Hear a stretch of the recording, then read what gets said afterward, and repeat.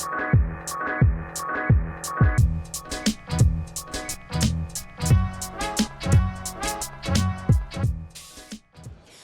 we're here at the Winter Fancy Food Show in San Francisco, and I'm here with Arif Fazal, who is the Managing Director and founder of investment group Blueberry Ventures. Thanks so much for being with us today. Thanks, Carol. Great to be here with you. Thank you for having me. So tell me a little bit more about Blueberry Ventures. Yeah, so we're an early stage fund that focuses exclusively on food and beverage. So we'll look at early stage and growing brands in the revenue range of $3 million to $10 million is really our sweet spot. We tend to write, on average, $500,000 checks. We like to think about brands that are the next generation of food and beverage, next generation of nutrition. Healthy eating is a real big part of our thesis, as is what I call constant consumption. Historically, it's been about predisposed episodic events, breakfast, lunch, and dinner, and we really believe that consumers want more out of their food and are taking their food in and beverage in throughout the day. And you recently, in the past week, added 2 more brands to your portfolio. Tell me about those investments. Yeah, Carol, we're super excited about both of them. So first is we'll talk about Austin-based Rhythm Superfoods. And Rhythm has developed a wonderful product platform around plant-based healthy snacks. And how about your other investment this week? Yeah, so equally excited about Barnana. And with Barnana, just a great trio of founders who are hungry and eager and have developed a brand platform around the banana, which is a ubiquitous fruit here in America, and great team, phenomenal brand. And we love the potential there. How does the Blueberry Ventures portfolio line up with the trends that we're seeing in the food industry, as well as trends we're seeing in the investment industry right now? We like to think about going and meeting the consumer to where they're headed, being evolutionary, not necessarily revolutionary.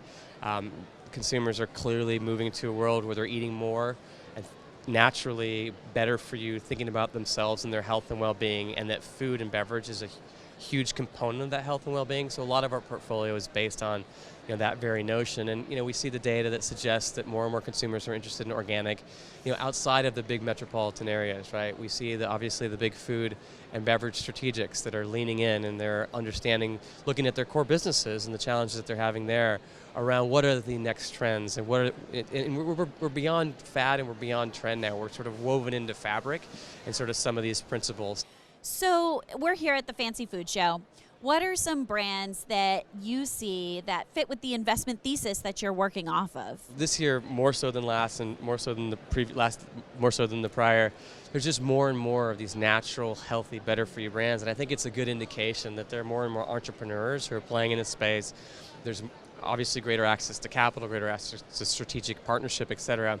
So specifically, some of the areas that we see here today on the floor that are of interest categorically, very interested in sort of this notion of additional nutrition through food and beverage. So, this notion of souping as a concept, as the potential evolution of juicing, I think it's pretty interesting, where you have, real food, real ingredients that are, fiber and everything inside of a very easy to consume package. We're also sort of seeing in some of these other veins where you have, vegetables and fruits in terms of snacking and nuts, and there's lots of course, jerky companies out there.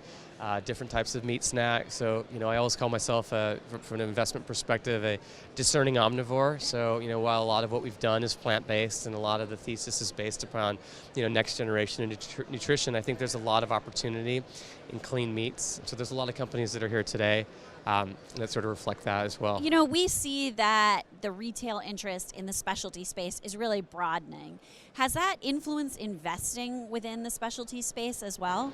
Yeah, I think so. I think not only are conventional retailers leaning in and selling more and more natural and organics, and if we look at the largest organic seller in the country, they aren't specialty and natural stores anymore. And so I think as a result, you're seeing sort of this trickle-down effect in a lot of ways, is that retailers react to consumers, brands tend to react to retailers by and large. And so we're seeing more access to capital for these early stage brands. We're seeing that capital generally be purposed in these sort of next generation natural specialty type brands. And everybody starts small, right? And you start somewhere, and a lot of these brands do go at it and say, okay, the first natural place for me is in the natural specialty marketplace.